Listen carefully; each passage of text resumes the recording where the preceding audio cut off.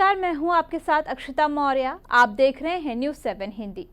जलालुद्दीन उर्फ छांगुर बाबा, जो धर्मांतरण के काले धंधे के मास्टरमाइंड के तौर पर सामने आया है, उसकी जड़ें जमाने में कई लोगों का हाथ रहा है।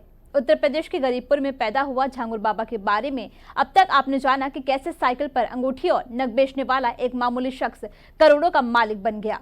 इसके बारे में एक और कहानी सामने आ रही है, जो उत्तर प्रदेश के बाहुबली अतीक अहमद से छांगुर बाबा का कनेक्शन दिखाता है। बीजेपी नेता और अंबा श्रीवास्तव के जिला पंचायत अध्यक्ष दद्दन मिश्रा का आरोप है कि अतीक से छांगुर के करीबी रिश्ते रहे हैं। अतीक के गुर्गों ने उसकी मुंबई की राह आसान की।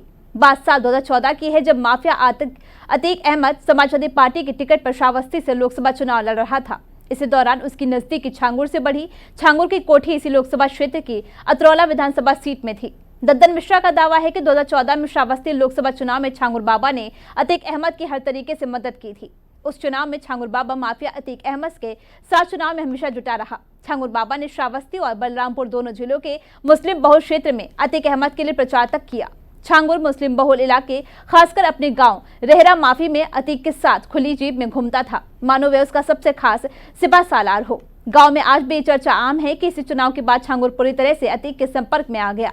अतीक और छांगुर के रिश्ते एक दिलचस्प और नाटकीय घटना 2014 के लोकसभा चुनाव के नामांकन के दौरान बलरामपुर कलेक्ट्रेट में घटी थी। दद्दन मिश्रा बताते हैं कि छांगुर बाबा ने ही अपना घोड़ा अतीक अहमद को दिया था, जिस घोड़े से अतीक ने 2014 के चुनाव में नामांकन किया था।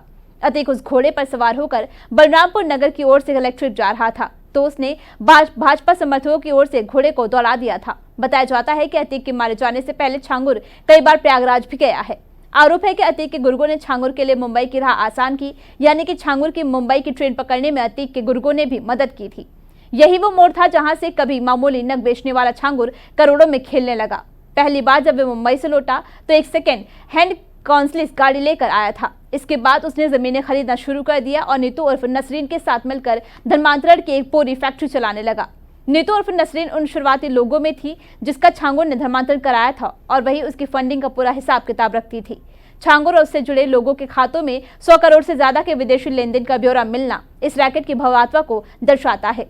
अतीक के संपर्क में आने के बाद छांगुर का प्रभाव इतना बढ़ गया था कि वह मुस्लिमों के बीच खुद को सूफी संत के रूप में स्थापित करने में जुट गया। वो खुद को मुस्लिमों के रहनुमा के तौर पर प्रचारित करने लगा। इसी प्रभाव के दम पर वो अपनी पत्नी को प्रधानी का चुनाव जिताने में भी सफल रहा।